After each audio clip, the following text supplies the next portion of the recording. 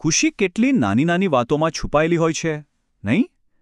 આજે આપણે એક એવી જ વાત કરવાના છીએ, એક ગામની શાળાની, જ્યાં ઉત્તરાયણનો તહેવાર ખાલી એક ઉજવણી નહોતી, પણ એનાથી કંઈક વધુ હતો. આખા સમુદાય માટે એક યાદગાર પ્રસંગ બની ગયો. તો ચાલો સીધા જઈએ પતંગ મહોત્સવમાં. આ આખી વાત છે ટીંબા ગામની પ્રાથમિક શાળાની. ત્યાં બાળકોના ચહેરા પર સ્મિત લાવવા માટે એક ખૂબ જ ખાસ ઉત્સવનું આયોજન થયું હતું. તો આ જગ્યા કઈ હતી? આ ઉજવણી થઈ હતી પંચમહાલ જિલ્લાના ગોધરા તાલુકામાં, ટીંબા ગામમાં. જરા વિચારી તો જુઓ, એક નાના ગામની શાળાનું મેદાન અને ત્યાં આટલી સુંદર ઉજવણી. આ વિચારથી જ આખી વાત વધુ જીવંત લાગે છે. પણ પતંગો આકાશમાં ઉડે એ પહેલાં એક બહુ જરૂરી કામ કરવાનું હતું. શાળાએ એ પાક્કું કર્યું કે બાળકો ખાલી મજા જ ના કરે, પણ એની સાથે સાથે સેફટી અને આપણી સંસ્કૃતિનું મહત્ત્વ પણ સમજે. એટલે કે આ ઉજવણી ખાલી ધમાલ મસ્તી માટે નહોતી, એમાંથી કંઈક શીખવાનું પણ હતું. શાળાના પ્રિન્સિપાલે 3 ખાસ વાતો પર ભાર મૂક્યો.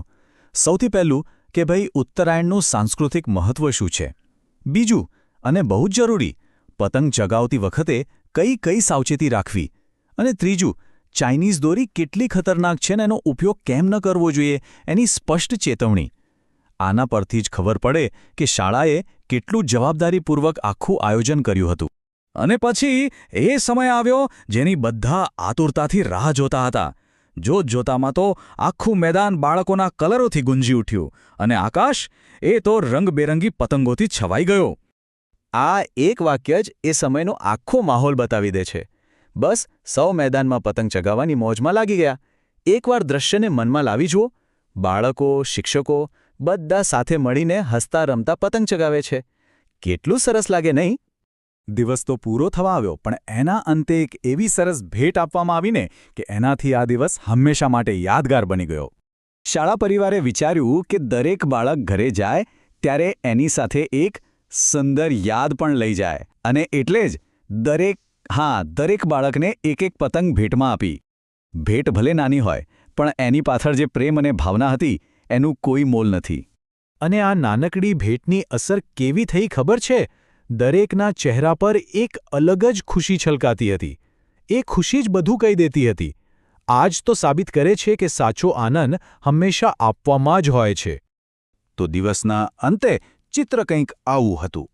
દરેક બાળકના હાથમાં એક પતંગ અને ચહેરા પર એક ક્યારે ન ભૂરાય એવું સ્મિત. એ લોકો ખાલી એક પતંગ લઈને ઘરે નહોતા જતા, પણ પોતાની સાથે જીવનભર સાચવી રાખવા જેવી એક મીઠી યાદ પણ લઈ જઈ રહ્યા હતા. આખી ઘટના આપણને શું શીખવે છે? એ જ કે કેવી રીતે એક નાનકડો, સાદો પ્રયાસ પણ કેટલી મોટી ખુશીઓ લાવી શકે છે અને એક આખી કમ્યુનિટી માટે કાયમી યાદ બની શકે છે. આના પરથી એક સવાલ જરૂર થાય કે શું આપણા સમાજમાં પણ આવા નાના નાના પ્રયાસોથી મોટો બદલાવ લાવી શકાય? કદાચ એનો જવાબ સાદગી અને નિસ્વાર્થ પ્રેમમાં જ છુપાયેલો છે.